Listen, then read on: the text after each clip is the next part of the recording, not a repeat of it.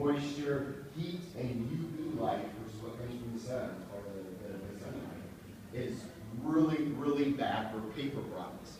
So all of our comic books, and also all of our cardboard boxes for our pops and our statues and all those other things, if we expose them to higher humidity levels, higher temperatures, higher UV light, we can run the risk of, screwing up our collection. We want to kind of preserve those in the best possible condition. How many people buy something and never open it? I was the Star Wars guy that would always buy 2 figures. I'd buy the one that stayed in the clamshell, and I'd buy the one I'd pull out of the box and play with the box.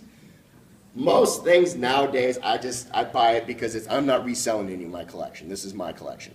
And like I say, when I pass on, the wife will resell it or whatever, but it's my collection. So if I want to open a box and play with something, I'm going to open a box and play with it.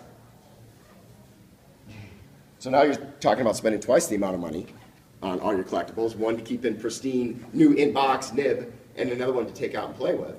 But if you're going to take it out and display it, what do you think some of the things that we can do to help alleviate some of these bad things? This is my library. I'm in a raised ranch kind of thing, so this room is like 10 feet off the ground and has 2 windows coming into it. They get quite a bit of sunlight during the day. How do you think I can cut down on the UV light and the heat? What's that? Protective casing, so you can think about your actual cases, protecting them, or I don't want to worry about having to protect all my individual display cases. If I throw up, you can go to Home Depot or Menards and get that film that you put on the windows that'll block 75% of the heat and 100% of the UV light, and you put it up, and from the inside you can still see out. It's a little cloudy, it's a little darker. You can still see out that it blocks a lot of the heat, and more importantly, it blocks all the UV light that's coming in. So my 2 rooms, the 2 windows I got that film on it, and then I've got metal slashes, what do they call them, the Venetian blinds, or the cheap, you pick them up for $15 a set at the store. But if you buy the plastic ones, the light comes completely through them. They don't do any good. You got to buy the metal ones so it actually blocks the light.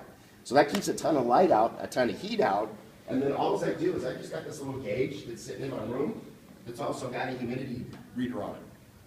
So it just lets me know. I'll look at it every now and then just to make sure something's not getting crazy out of whack in that room.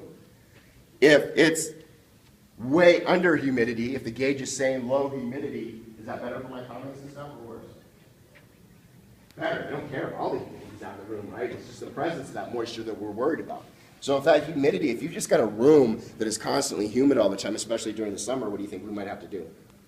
Dehumidify? Dehumidifier.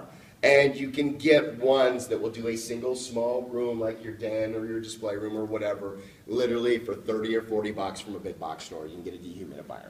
Doesn't have to be running all the time. You just turn it on when those couple months during the year in the summer where the humidity starts getting out of control, and it helps protect that stuff. It will make that last for years and years and decades and decades.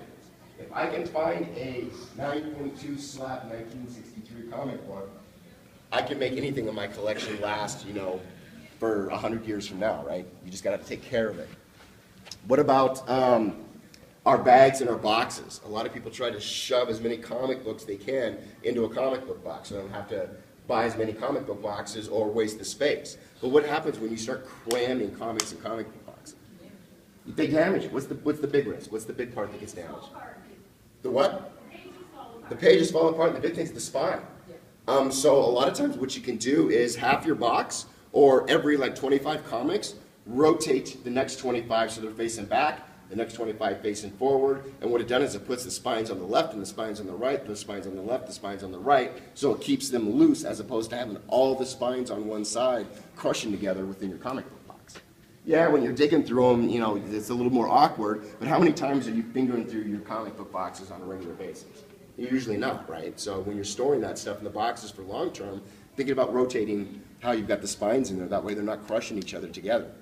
It used to be some of the way they bound these comics together worked very well. Now it's the cheapest thing that they can do. And brand new comics you buy off the shelf today, next Wednesday when the new comic books come out, look at those comic books that are sitting on the comic book shelves. How many of the spines are already white and chipped up and down all those spines just through the manufacturing process?